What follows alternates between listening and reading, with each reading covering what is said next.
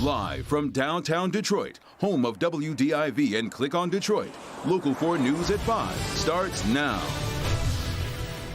MDOT freeway pumps not working when you and your loved ones needed them most. Tonight, the defenders are asking the questions and getting you the answers. Governor Whitmer tours the damage as residents call for a long-term fix to keep flooding like this from happening again. But we have to begin with the weather. All eyes on Storm Tracker 4 with the chance of some storms heading into tonight. And it, of course, comes as so many are still cleaning up from the weekend's flooding and others still getting ready for tonight's big Ford fireworks show. Yeah, we want to get right over to Ben here off the top at 5. The last thing we need at this point is more rain.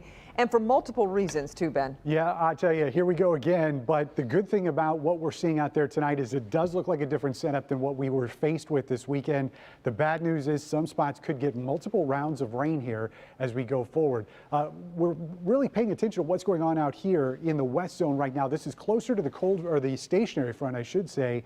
And you can see right there in the central part of Livingston County, one of the thunderstorms we're watching. The height on these are right about 30,000 feet, so not necessarily all that strong, but when we take a closer look inside of the storm, you can definitely see those heavy rain shafts, and they're making it all the way to the surface with some of those red areas, especially there around Howell. So there's still a lot of downpours yet to go tonight. We're under a marginal risk for severe weather, but I think the biggest threat is going to be from the repeated rounds of rain. The good news is the maximum amount of thunderstorms should be further away from the east side, but temperatures in the 70s, and boy, that humidity is going to be noticeable out at the Metro Park. Thank goodness you're watching the fireworks at home. Thunderstorms through Thursday. We can see an end to this pattern. We'll check that out for you in just a few minutes, but you can follow, of course, tonight's shower and thunderstorm activity on the Local Forecasters app. It is free in your app store by searching WDIV. Guys. Okay, Ben, thank you. Our other top story tonight, historic flooding across Metro Detroit, and the impact from the torrential rain is still being felt all across the region. These are live pictures over I-94, where a crucial stretch through downtown still remains impassable tonight. And meantime, thousands of Metro Detroiters working to clean out wet basements before mold starts to set in. So when I-94 flooded, I think we all had flashbacks. I know you did. We all had flashbacks to 2014 when the pumps along the freeway failed in a number of locations. And who thought we would still be dealing with this Right. all these years later? But tonight, MDOT officials are telling the defenders that's not what happened this time around. Let's kick our coverage off with Defender Sean Lay. Sean, you just walked out of an update with the mayor and the governor. What'd they talk about? Well, we're asking questions about why these pumps weren't on. We have the pumps, and the pumps could have been the difference if you had a loved one stuck on 94 or portions of I-75, nearby pump working. Maybe they could have gotten through instead of seeing really scary rising floodwaters coming their way. Tonight, MDOT is telling us the pumps weren't working because DTE had an outage, 2 outages in the area at the worst possible time. Sky 4 can show you that tonight there is still a mile of water on I-94 in Detroit. MDOT has dozens of pumping stations along Metro Detroit freeways because most highways were built below grade. But MDOT is telling the defenders tonight they are pushing back hard about talk that their pumps failed. MDOT says the pumps did not fail. Here's what happened. The pump houses did not fail during this storm. The failure was getting power to the pump houses. And unfortunately, the storms that came in Thursday and Friday, they took out power, and that's what we need in order to make those pump houses pull the water off the low-lying freeways. In fact, a look at this DTE outage map today showing outages all along I-94. With no power, MDOT got generators out to some pump houses to get them up and running. The problem, the water being pumped off the freeway had no place to go. The local creeks have been cresting, and so we were pumping water off the roadway, but it was just coming right back onto the freeway. The defenders asking DTE, with power out and pumps not working, isn't there an emergency effort to get the power and pumps back on? DTE says the outage is under investigation. Wayne County Commissioner Ray Basham, he's not happy about the pumps or the pointing of fingers. Why point fingers? Why don't we have a generator system? Why don't we sit down and fix it? Sit down and fix it. That's where we are looking into, guys, at 6 o'clock. What's it going to take to fix this pump problem? Back to you. Sean, thank you. And while a power failure issue may have led to the flooding on I-94, it's clear the region's infrastructure just isn't built for these major rain events that we've seen over the past few years. Today, using the flooding as a backdrop, Governor Whitmer called for a long-term plan to address this. Grant Herms following this. It is not going to be cheap, Grant.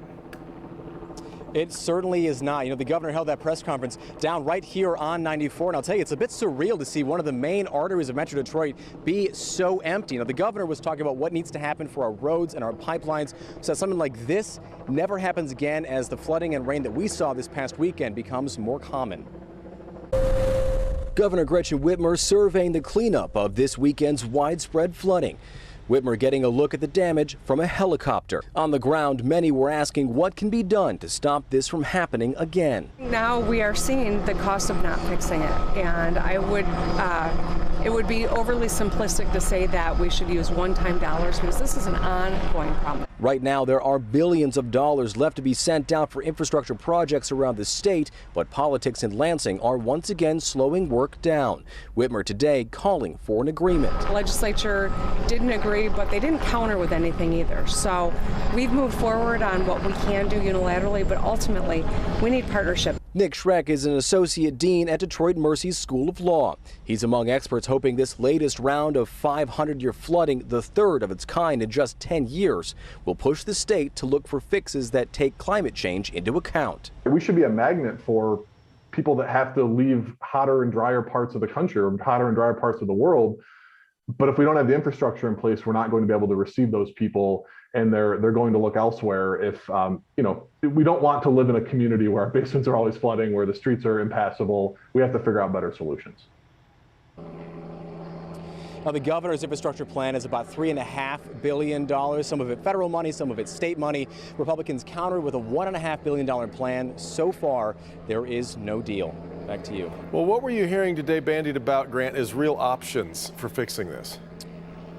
Well, none of them, as we said up top, are cheap, and none of them are fast. It's things like making sure that water doesn't pool on hard surfaces like concrete or asphalt to get those into parks where the ground can soak those in. It's separating the sewage and storm piping system. That's going to be very expensive. Sure. It's a lot of piping.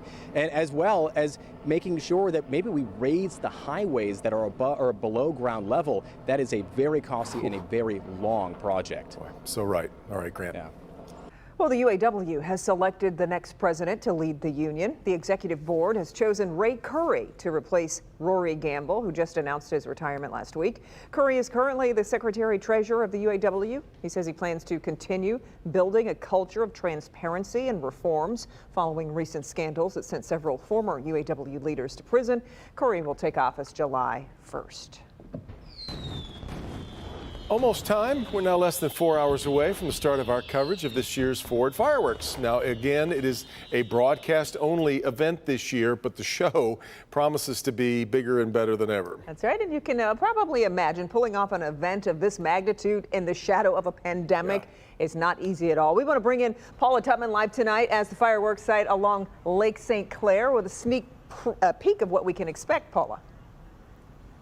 Hey guys, yeah, try that and a weather event and a whole bunch of other stuff. I'm just here keeping your spot warm until you get here for the big broadcast that starts at 9 o'clock tonight. Guess what just showed up? One of three barges.